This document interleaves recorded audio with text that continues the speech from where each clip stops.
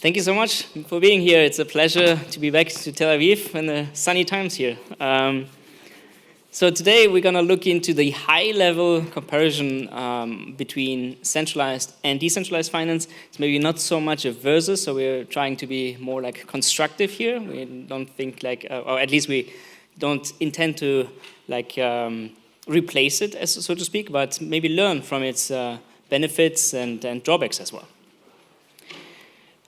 Before we proceed with a comparison on different layers, let's first look at the architecture, right? So we know we have this DeFi stack where we had very good introductions this morning, right? Explaining here how a blockchain works. So at the base layer, you have a network peer-to-peer protocol. This is where you have the information dissemination among nodes that's occurring. On top of this, you have the consensus layer, or where the blocks are kind of aggregated and where they form the chain. And on top of this, we have the application or logic state. And this is typically where DeFi resides, right? So this is where you encode the logic that you would like to, or that you would like this application to follow, and how the financial value is then transacted or not transacted or shared among peers, among addresses that interact. Now, what Dan already alluded to is that we have this composability or this atomic settlement, right? So, and this allows us to have a variety of applications here. So these are mostly of financial nature, and we can compose them, meaning we can perform a swap, and then after the swap, in the same transaction, we can perform, for example, a deposit within a lending application. So a deposit within a lending application would give us back, for example, a liquidity provider token. So that's a representation of a share that we have in a pool. And you can really think of these things as money Lego, right? You can compare them, you can compose them as much as you would really like to. Although we live in a very decentralized world in DeFi, we somewhat managed to come to terms with a few standards by which most developers abide by. So these are these asset standards, right? For example, you have this native coins such as Ether, and then you have fungible as well as non-fungible tokens. And you have a variety of standards there, but most people somewhat use the same standards, right? And this truly helps with the composability on the financial side as well. Now, if you start building with this Lego, right, then at some point you will see the emergence of a few market mechanisms. Most notably, I'd guess, is arbitrage, which is the idea of having, for example, two markets. So let's say I have a market here with USDC and Ether, and I have another market here with the same assets. So let's say they're synchronized at some point. But when I start trading on one of the markets, the price can vary, right? And then there's an incentive for somebody to come in and to balance out these prices. They can make a profit from the spread between those two markets. That's referred to as arbitrage. Liquidation is a special form of arbitrage. Dan really outlined the governance or the DAO mechanisms this morning. And you can have security deposits as well in, for example, layer 2 systems nowadays.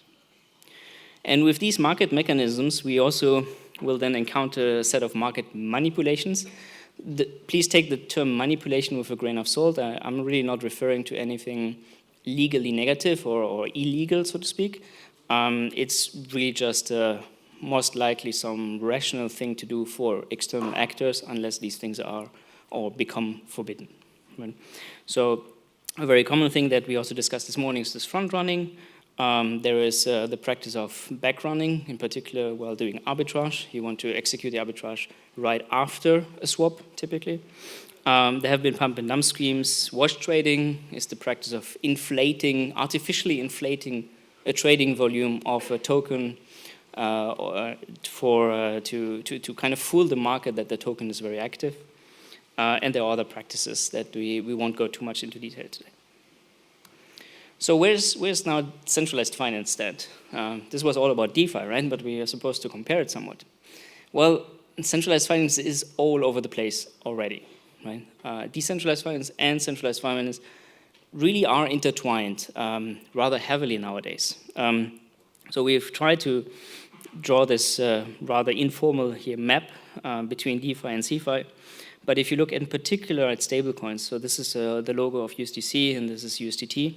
These are so-called reserve-baked stablecoins. This means there's a bank, or we hope that there's a bank that holds the equivalent amount of funds in some kind of a cold storage, right? So a significant portion of these assets are then minted on chain. And can be used within DeFi applications. I think DAI, for example, which is another stablecoin, I'm not actually aware of the current numbers, but I think at some point it was collateralized with over 50% of USDC, if I'm not mistaken. So these centralized or reserve-baked stablecoins that heavily rely on centralized finance are already today in DeFi and all over the place. So what's interesting is that we have these automated market makers, right, like Uniswap or Curve. They are rather decentralized and can hold whatever coins they really want to, right? Good question? For you, is it common knowledge that Tether is under-collateralized? I haven't seen any how to say, formal analysis of their reserves, so I'm not sure, to be honest. Okay. But there have been some rumors, let's say. Yeah. So yeah, exactly. So we were talking about the automated market makers, and one very interesting component where blockchains are kind of a bit weak in their ability to communicate is where we have a need to inject external data through so-called oracles. Right? So you can think of a blockchain really as an isolated database.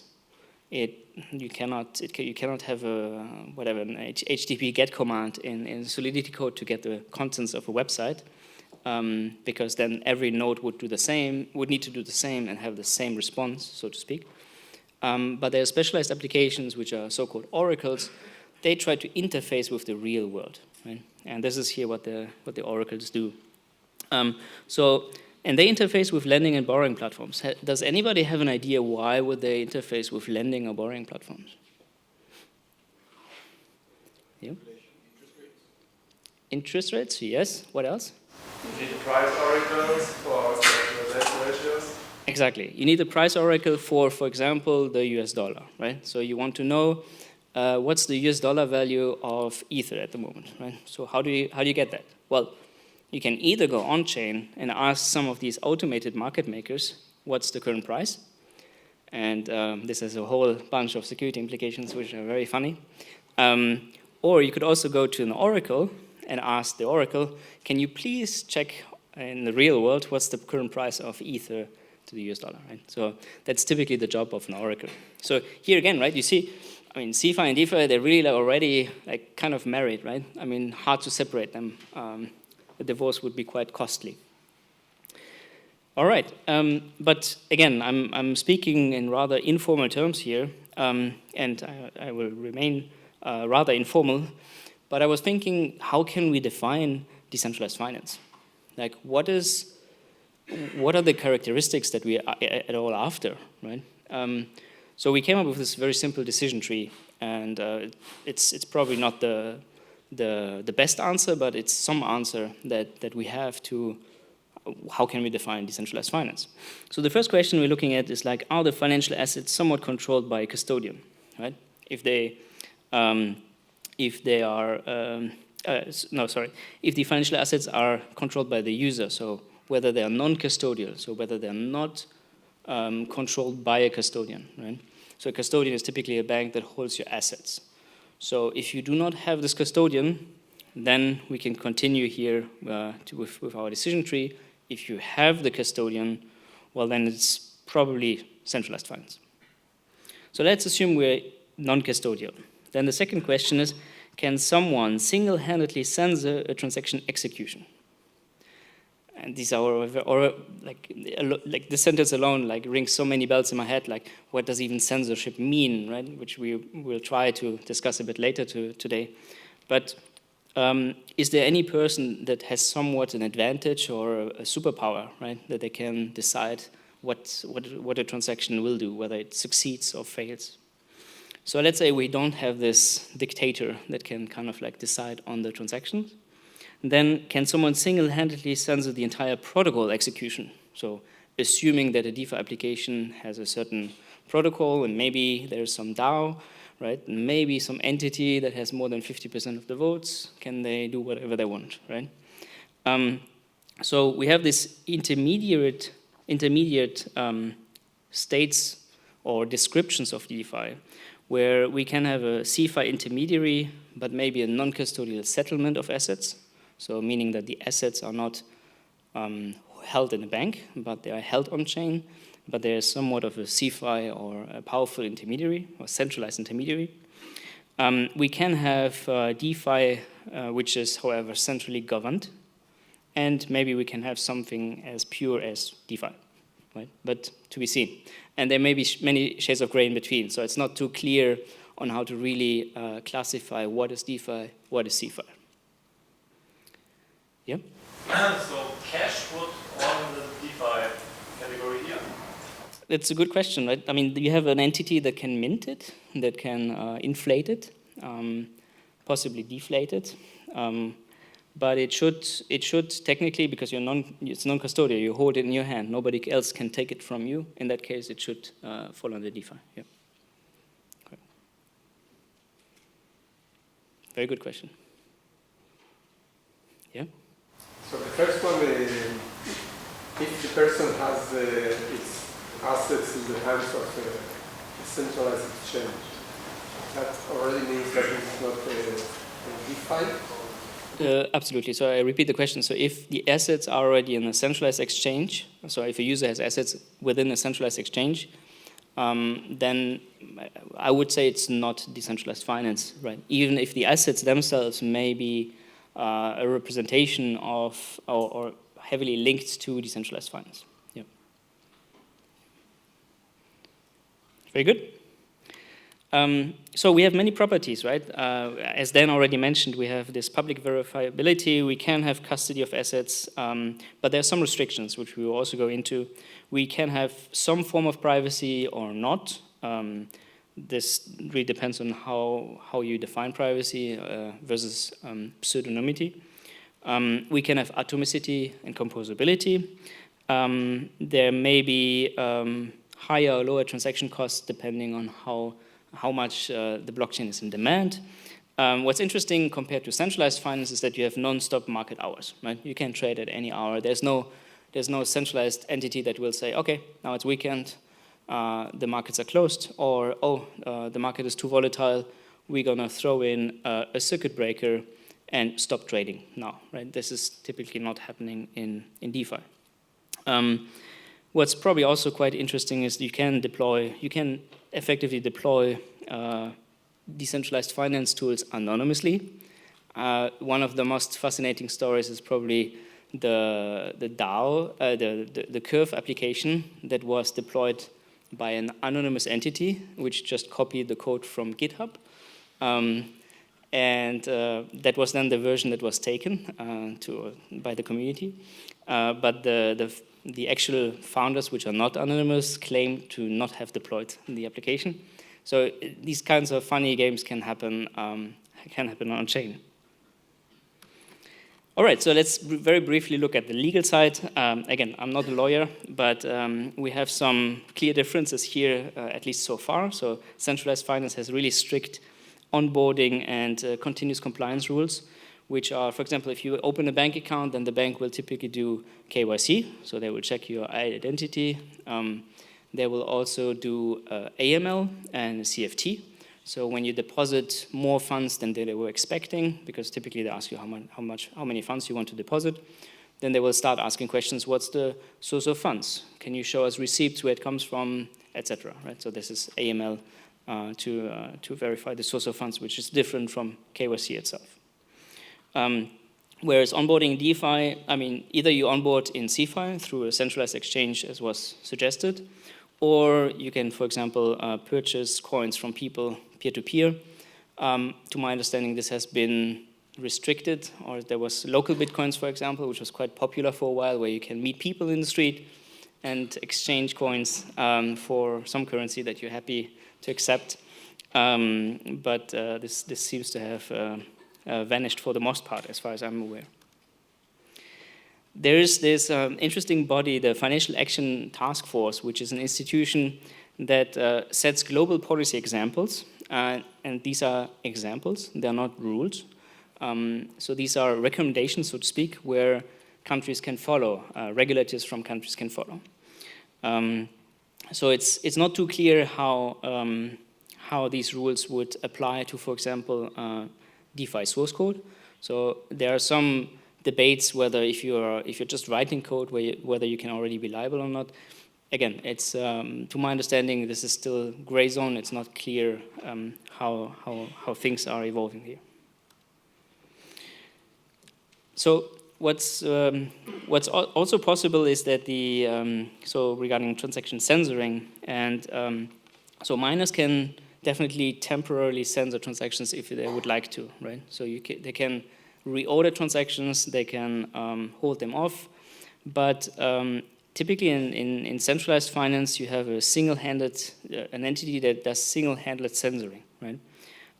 Or an entity that can intervene in the transaction flow. For example, if you have a layer 2 system where you have a single entity that does the sequencing,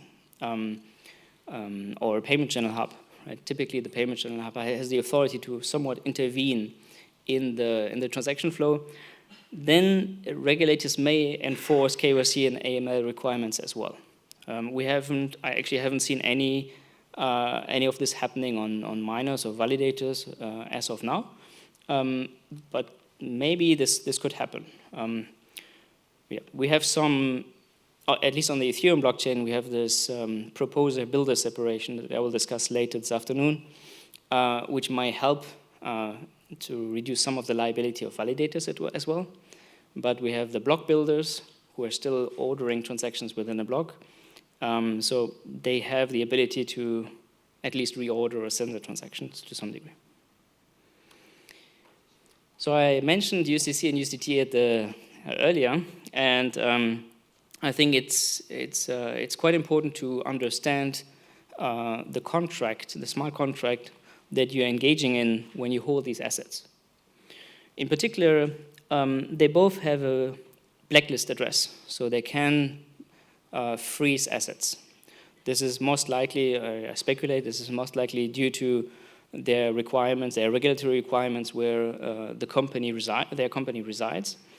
So they can certainly blacklist addresses, and that's very helpful, especially when there's, for example, a DeFi attack happening. Then the victims, they can call to these companies from USDC and USDT, and they typically freeze assets within a few hours. And this is actually happening every day. It happened last week again on the Avalanche blockchain. Actually, there was about $8.5 million hack, and a part of these funds were frozen in USDT, as far as I'm aware. So USDT really blacklisted many accounts. It also destroyed USDT. So this is not a functionality that the USDC contract has, but USDT can effectively destroy the funds once they're blacklisted. And yeah, you can see the Solidity code where we have an add blacklist function and a destroy black funds function, right? So this is how they implement this logic. So in centralized finance, we're not very used to bank runs, but we know they exist. So in a typical centralized finance bank run, most likely no money is returned, right? Or you may get really a lump sum, some smaller amount. In DeFi, there exists also something like a bank run, but it's more like a run on a liquidity pool. So if you think of, for example, the Curve or Aave pool or Uniswap pool, if they contain, for example, USDC or USDT, they could be blacklisted by the USDC or USDT provider. And if they're blacklisted, what do you think will happen? Like, what's the value that you can get out of this pool once they're blacklisted? You can only get out the other coin, right? That you can, because you can no longer move the USDC and USDT assets because the pool is blacklisted now, right? So this is definitely a very tricky situation where it's likely that the first entity that comes can recover most of their losses, but any latecomers then will be at a disadvantage, right? So bank runs, so to speak, may exist also in decentralized finance. All right, let's move on to exchanges.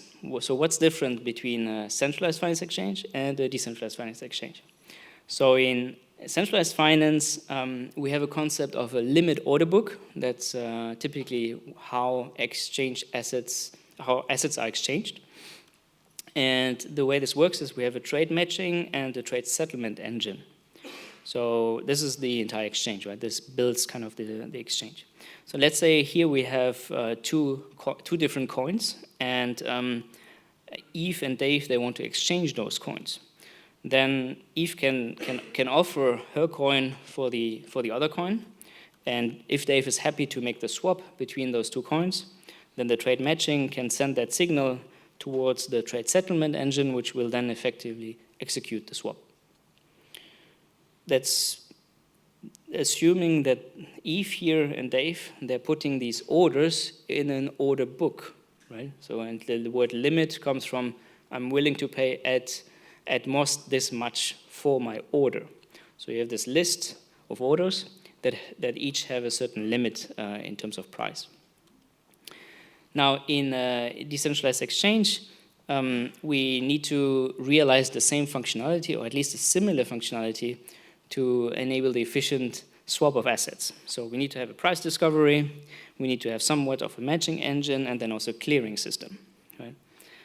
So Uniswap, in particular, does this with a constant product formula.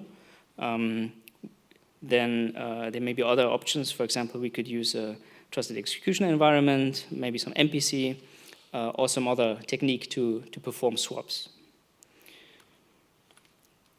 In CeFi, to get listed on an exchange is really complicated. It requires a lot of paperwork, a lot of administrative checks and balances with different regulatory bodies.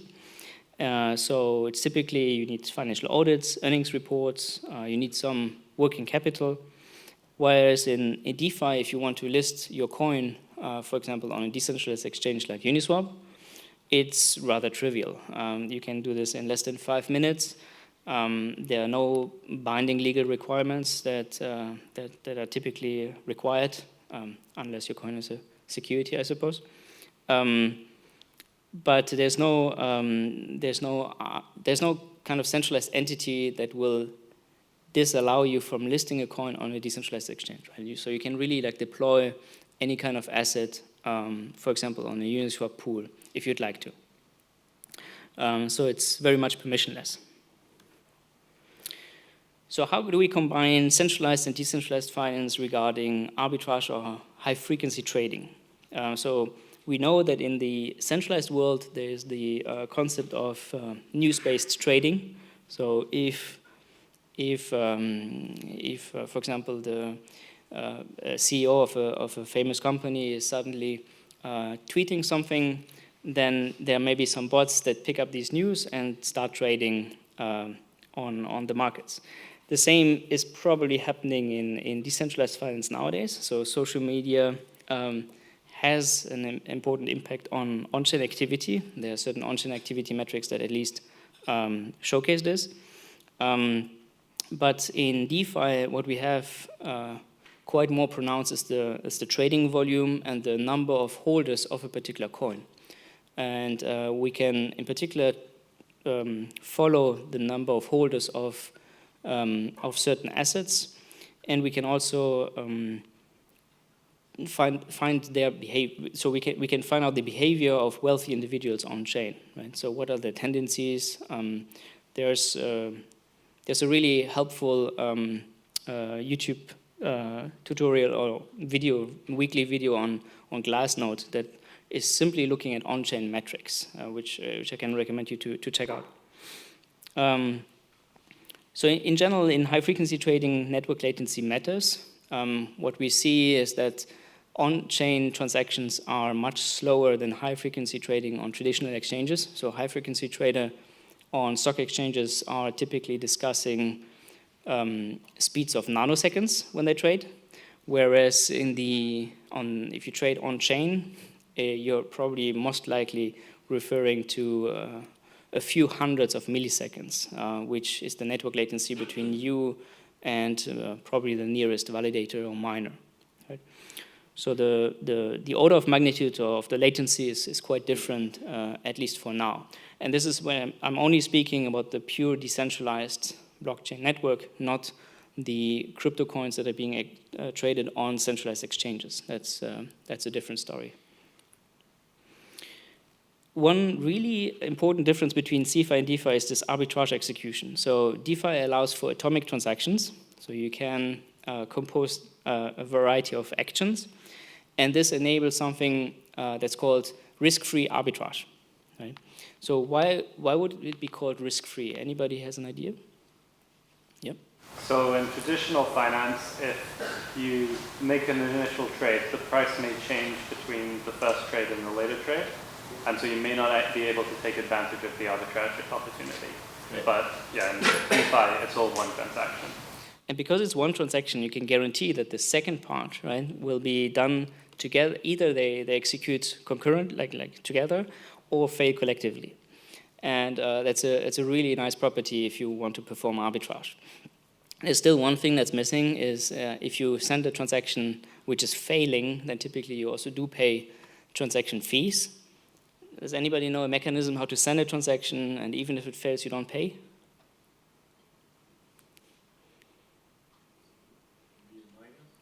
Via relayers. There are these entities that communicate directly with the miners, so through like private peering agreements. So there are mechanisms to also send transactions, and even if they're failing, you don't have to pay, which is quite neat. All right, cool. Let's continue our comparison. So we have CeFi, DeFi, lending, and borrowing. So lending is definitely a very important property in financial markets, right? So in CeFi, we typically measure this credit worthiness, but DeFi doesn't have any of these credits, right? You don't have any KYC generally. And that's the main reason why we typically over-collateralize in DeFi. So we deposit or collateralize, which is the same meaning, more than what you then borrow, right? So for example, on MakerDAO, you can deposit some sort of collateral. For example, you deposit 150% of ETH, and then you can borrow up to 100% of DAI, which is the stablecoin by MakerDAO. And this provides a leverage factor that's below 2x, but at least that's it's some leverage, right? And leverage is actually the reason why lending seems to be popular on decentralized ledgers. There are also some protocols that we've looked into that provide under-collateralized lending. The difference here is you can only do that if what you borrow can only go towards a very specific predefined purpose. Because if you would borrow it and you can run away with it freely, then obviously you would, because it's worth more than what you collateralized, right? So under-collateralized lending is only possible if there's some smart contract that enforces the purpose of the funds that you borrow. That's, I think, this is really the key difference between CeFi and DeFi with respect to borrowing. And whenever there's lending and borrowing, there are liquidations. Because if the value of your collateral, which is your security guarantee, if it declines below a certain threshold, then your debt position should be liquidated. So, and the liquidation is really the process of selling the collateral at a discount, and the entity that pays for this discount is the entity that borrowed, that collateralized, and then borrowed the funds. Because the goal here is really to secure this debt position. And the liquidation is kind of the emergence of a single market. So you can think of it if you collateralize Ether and so you get DAI, right? Then if the Ether value drops below a certain threshold, then your Ether may not cover or may almost not cover your DAI any longer. So this is then suddenly, if it's opened up for liquidation, you have an Ether DAI market that pops up where people can buy your Ether. They can buy your Ether by providing a certain number of DAI, right, at a discount. And because there's a discount inherent to this market, arbitrageurs are incentivized to execute this trade. So what we have seen is here, this is just a measurement study on Ethereum. These are the different lending and borrowing platforms, like what's the volume in US dollar terms of overall liquidations. That's not the profit, right? That's just the volume in terms of liquidations that are happening. Typically, a discount factor in a DeFi liquidation is around 5%, right? So, and this is 5% is a huge difference to centralized finance. So when you say 5% to traditional finance people, they typically ask, like, why is this so big? This is these numbers seem horrifically large, actually, to traditional finance people, as I've experienced. How many of you have heard of flash loans? Ask a question? Yep. Why do you need to over-collateralize 2x? I mean, if the borrower is taking a risk, right? It's going to be on the borrower. So as a borrower, why can't I say, I want to over-collateralize only by 40%, and if it goes below that, then it's my loss anyway? Very good question. So I repeat, if not everybody hit. So why do I need to over-collateralize a constant factor? And why can I make this kind of flexible, right? This was the question. So there are certain lending and borrowing platforms where, or at least most of which I'm aware of, they have an overall system health parameter. So they want the average loan to be healthy. So I think you could design it in a way that they are isolated somewhat, right? That they're really independent from each other. And then I guess it's just your own risk if you want to be on the edge with your loan. I think that's totally reasonable. I mean, some lending and borrowing platforms, they effectively chose lower collateralization ratios to be competitive with the larger providers. Yeah, good question. But the lower the over-collateralization ratio, the higher the risk for the platform for bad debt. That's under the assumption that all the loans are kind of put together, exactly, right? Which is the problem why they try to have higher thresholds, exactly. So typically, this bad debt happens if you have all these loans in a pooled lending system, whereas maybe you could design lending and borrowing platform where they are independent, where they are really like isolated from each other, right? Then you could have maybe more effective, lower collateralization ratios, but it would make your accounting much more complicated from an accounting perspective if you want to serve lenders and borrowers.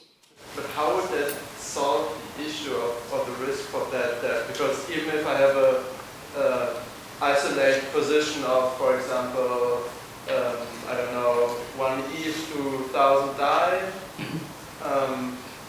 if the collateralization ratio is so low that a certain price shock in ETH might bring me under 100%, then this position would have bad debt.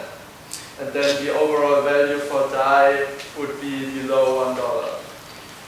So in your particular case, right, if you have, I mean, that is, then you have bad debt because DAI is a pooled asset, right? You have a pool where everybody is getting the same kind of asset out of it, right? But you could think of isolating it by not pooling it. Again, DeFi is really showing its strength by pooling assets. That holds for automated market maker like Uniswap. It holds for lending pools. Right? That's where you get a lot of these efficiencies. But it also implies that if one of the debt positions goes bad, then it does affect the others. Right? So it's kind of, I feel like it's a trade-off between, do you want to pool, and are you accepting the risks that others may behave badly? Or do you want to have less efficiency in how to do the accounting, but you isolate your risk to yourself, so to speak? I think these are two different approaches on how to design these financial systems. Risk would be isolated to the lender. Right. Exactly. Yeah. That doesn't protect you from a market shock. But like if there's a really big, like a drop in price of dye per bit or something, it wouldn't protect you to separate these loans. It would even make it worse in the sense that now you have all of these different loans up for liquidation, and you would have people competing with transactions for each of them, expecting the same price, but you have even more competition to get the price right for your transaction. Absolutely, Maya, you're right. And on top of this, because you will have this competition, the gas prices or transaction fees will go up, and the entire chain will suffer. Right? So it's not so easy to design really stable systems and find like what is the magic parameter for collateralization ratio. We don't know, right? How can we make it maybe a variable parameter? I think it's not known, so to speak, at the moment. What's the best system? Yeah, another question? So what is the reason to borrow when you have to over-collateralize? Normally you borrow because you don't have as much as you need. Yeah. But if I have 150%, why don't I just trade 100% use the resulting die instead of borrowing? So the main motivation that I understand borrowers have is to increase their exposure, meaning the leverage they can gain, right? It's not because you want to, it's mostly because, for example, if you collateralize Ether, you get DAI, right? What do you do with the DAI? Most traders on-chain, they seem to buy more ETH with the DAI, which will increase their leverage towards the ETH price, right? So it's really just used as far as I see, as a financial instrument to increase your exposure towards a certain asset, which will increase your risk as well. Because if Ether goes up, you gain more than if you just hold on to your ETH position, if you sell at the right time. But if ETH goes down, then your collateral plus your borrowed amount is now underwater, right? Which can be tricky, yeah, in volatile markets, as we know crypto are. Yeah. This is no financial advice, by the way. Yeah. All right, so speaking of a new financial primitive that's very intriguing, flash loans. So flash loans is, again, an atomic transaction in which you can execute a set of internal actions, so to speak. So you can have this big pool of money here, where with one transaction you can lend out billions of dollars from this pool, right? So on a high level, it really goes like this: you go to the pool, you take a flash loan, which can be on the order of billions of dollars, then you do something with it, you do some actions, like for example, you can swap your collateral in a loan. That's actually a typical use case of flash loans. Or you can perform an arbitrage. If you don't have $1 billion assets in your treasury, but you can use a flash loan to perform the arbitrage, then you will take the flash loan. And by the end of the transaction, you must repay this transaction, plus the interests that are being required by the smart contract, by the flash loan smart contract here. So the interests are typically not very small. I think on Uniswap, if I'm not mistaken, 0.04% for flash loan. There is DODX, which provides, I think, almost free flash loans, I think at one constant way, which is almost free. So you can find different pools of liquidity where you can access these flash loans. So what would you do with a flash loan? Gain substantial voting power. Very good.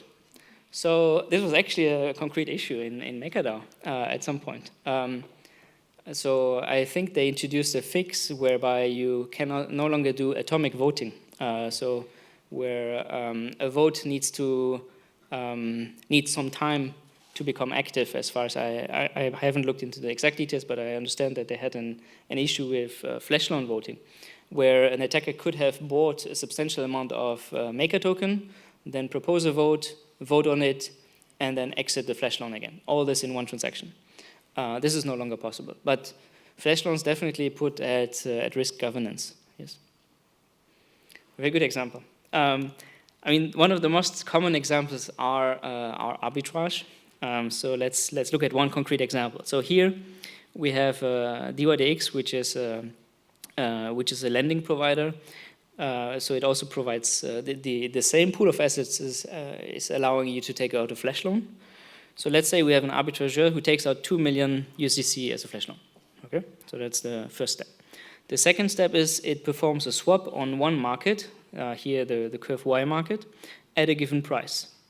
And then there's another market, the SUSD market, where the price of USDC to DAI is different. Right? You can see here the minor but important difference between these two markets. So and by following this exchange, the arbitrageur ends up with almost $16,000 in profit. And all these actions, these 4 actions, are being encoded in one single atomic transactions and executed as such. Right?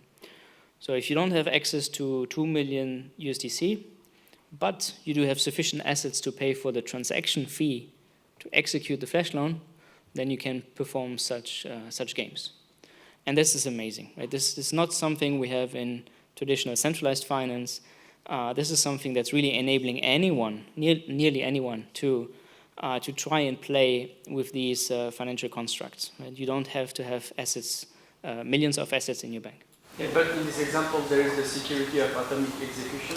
Yes, it is. Yeah, very nice. Exactly. Yes. So that's exactly another point. Yes, thank you. Isn't this economist finding money on the floor? I mean, why doesn't the flash loan pool do it themselves? If this is completely riskless, then why are they looking for someone else to pick up the money from the floor? Very good question. So why are people leaving money on the floor? We've actually been, with Maya, we've been working on a paper on suboptimality in general in this field. There's so many actors are performing suboptimal actions. And it's not always that simple to find the optimal parameters to an action in the space. So optimizations in general on blockchains is a super interesting topic, and how to render these markets more efficient and more optimal. For this concrete example, I can tell you that the DYDX platform is a smart contract.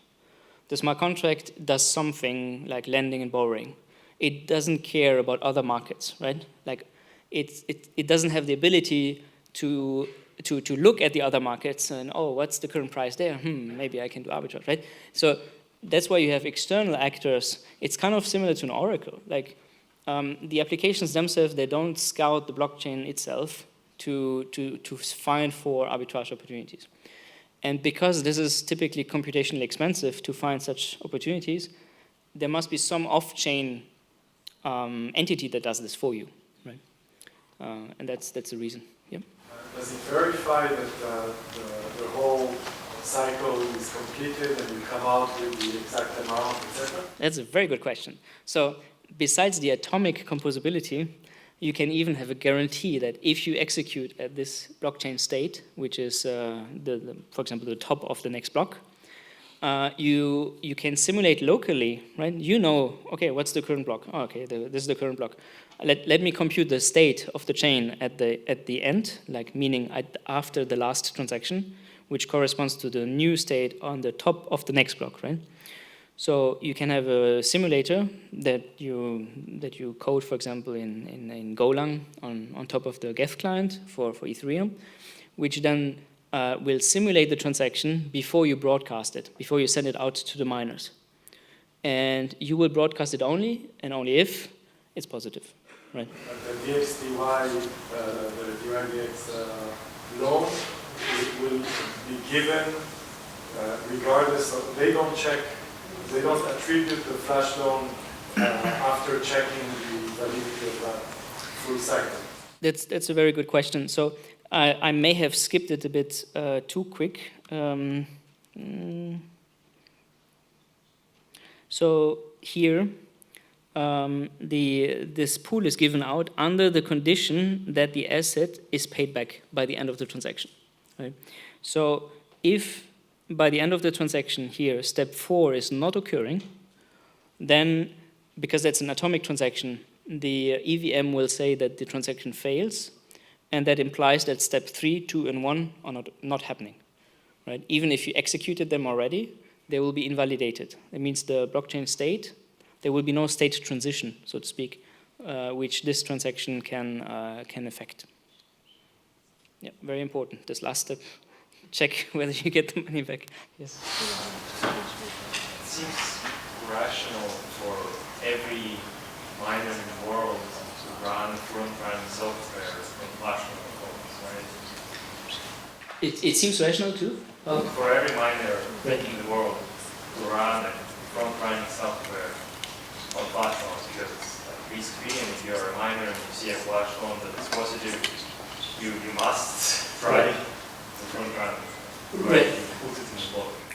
Absolutely. So the comment was it may appear to be very beneficial to every miner to perform to have some kind of a front-running logic that looks at the flash loan pools, right, and replays the same logic somewhat.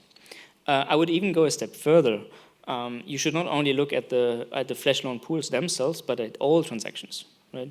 You should look at all transactions. Can you somewhat replace the sender address or the beneficial address with your own addresses, and can you replay it, right?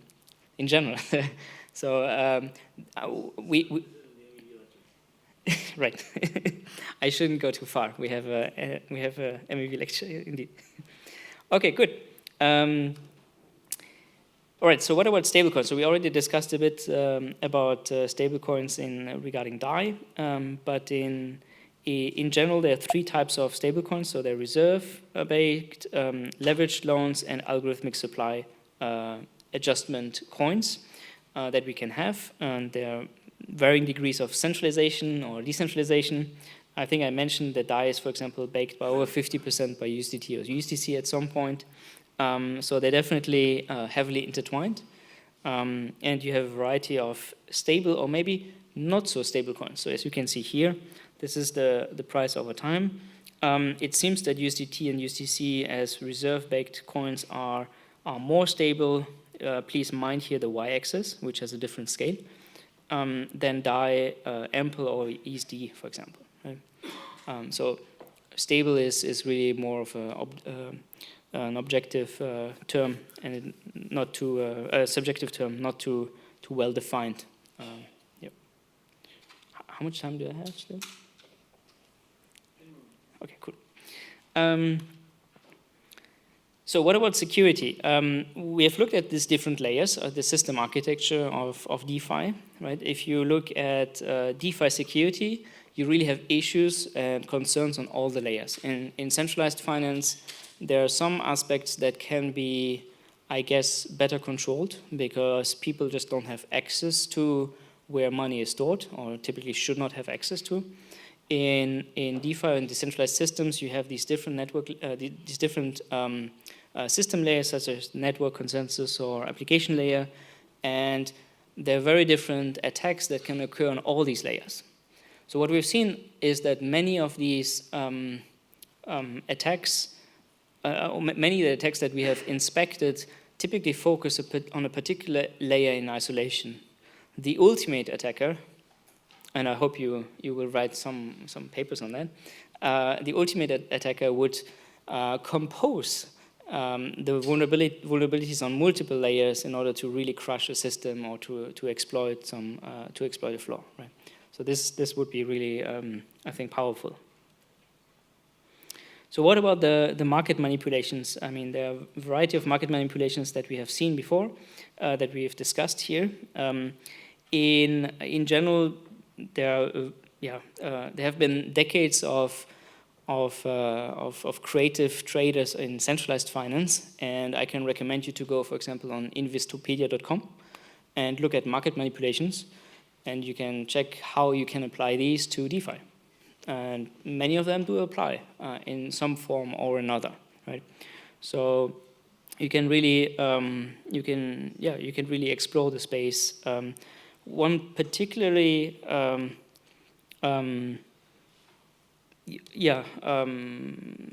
famous or infamous activity is the so-called pump and dump.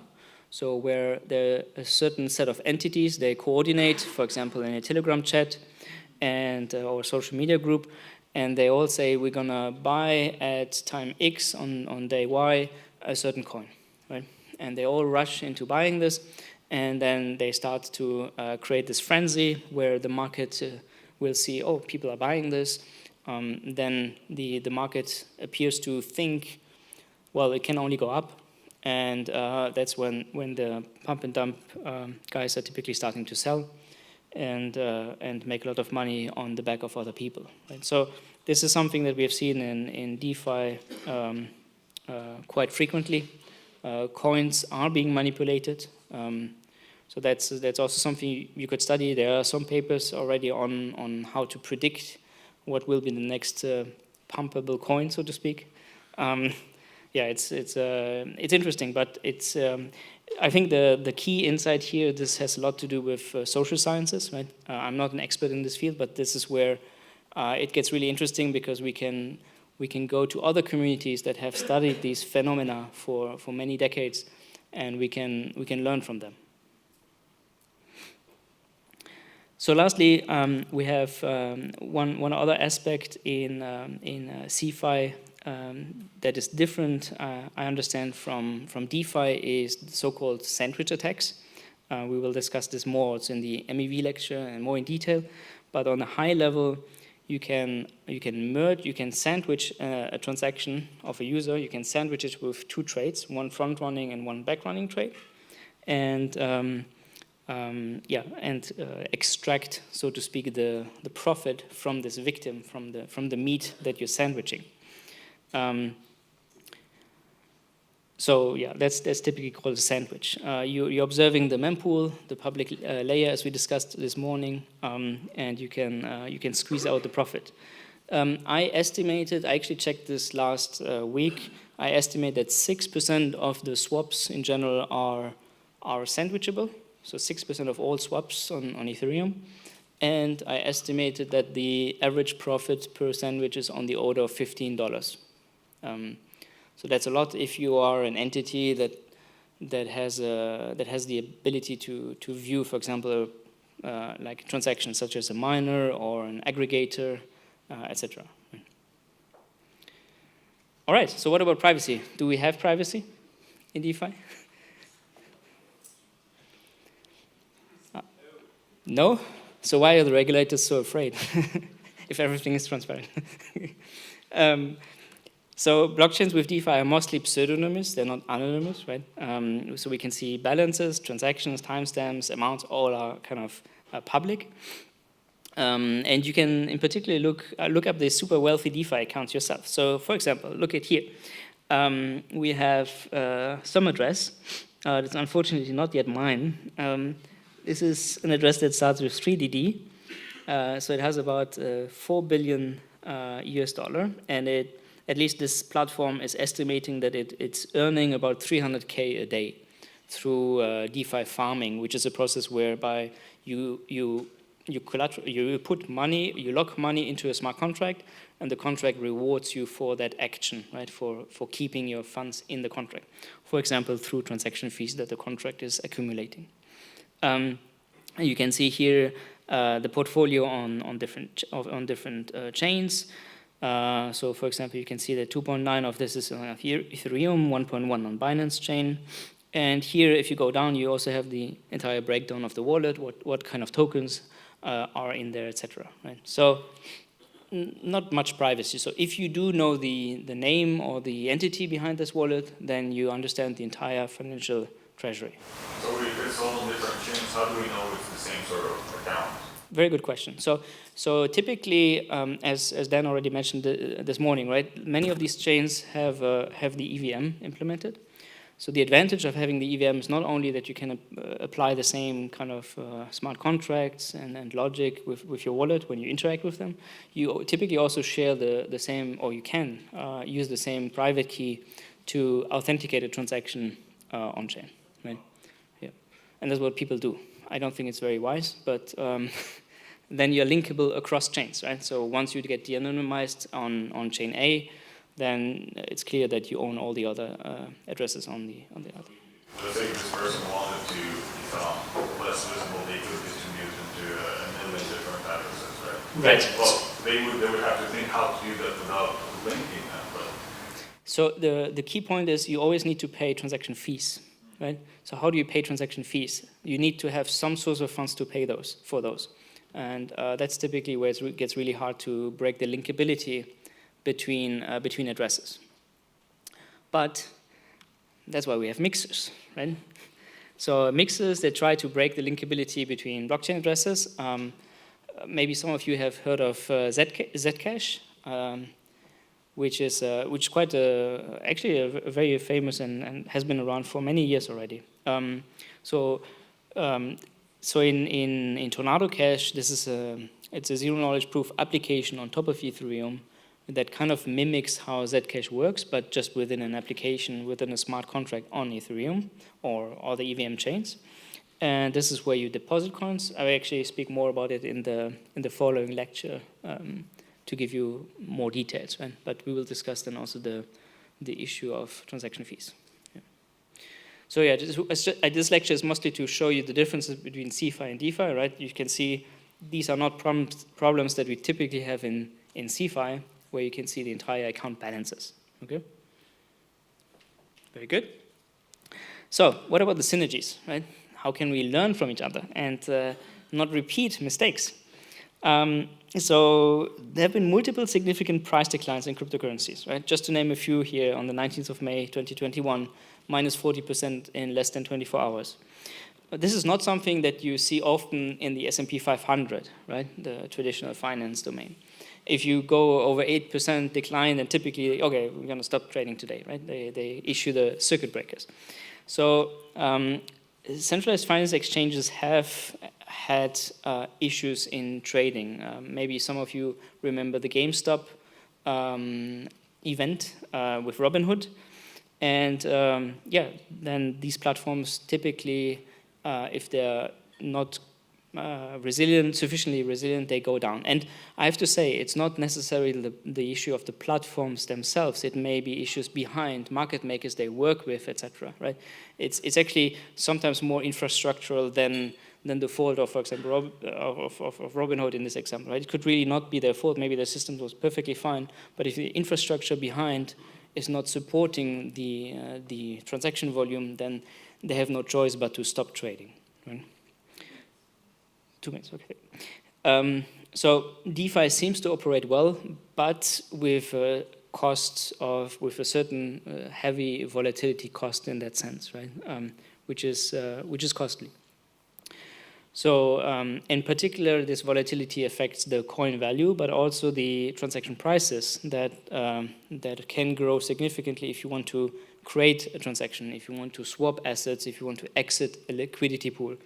It can cost well over $100. For example, actually on Curve Finance, which is very specialized in packed asset trading, the costs of exiting or entering a pool can go well beyond $200, $400 sometimes, even in terms of spikes. So that's something to be aware of. And that's also a bit unfair because those with more assets, they will pay the same price as those with fewer assets, which is tricky for inclusivity. So we can see that DeFi copies many concepts from CeFi, but concluding, we can also see that DeFi innovates. So we have automated market maker exchanges instead of limit order books for the most part. We have flash loans. We have over-collateralized loans. Maybe some of the centralized finance people would not call them innovations, but rather distractions. Sorry, I touched the cable, I think. So we have rather imperfect liquidation mechanisms, right? Huge spreads of 5% are not rare in liquidations in DeFi, which is a bit much for CeFi. And I think ultimately the most important innovation is this atomic composability in DeFi. That's definitely something new. It enables a lot of applications such as flash loans, and anyone can really play with this money Lego, which is so exciting. So we really hope that this innovation feeds back to CeFi and vice versa, that these two systems that are already so intertwined, that they will really like enforce each other. So yeah, having said that, let's hope they strengthen each other. Yeah. Any questions?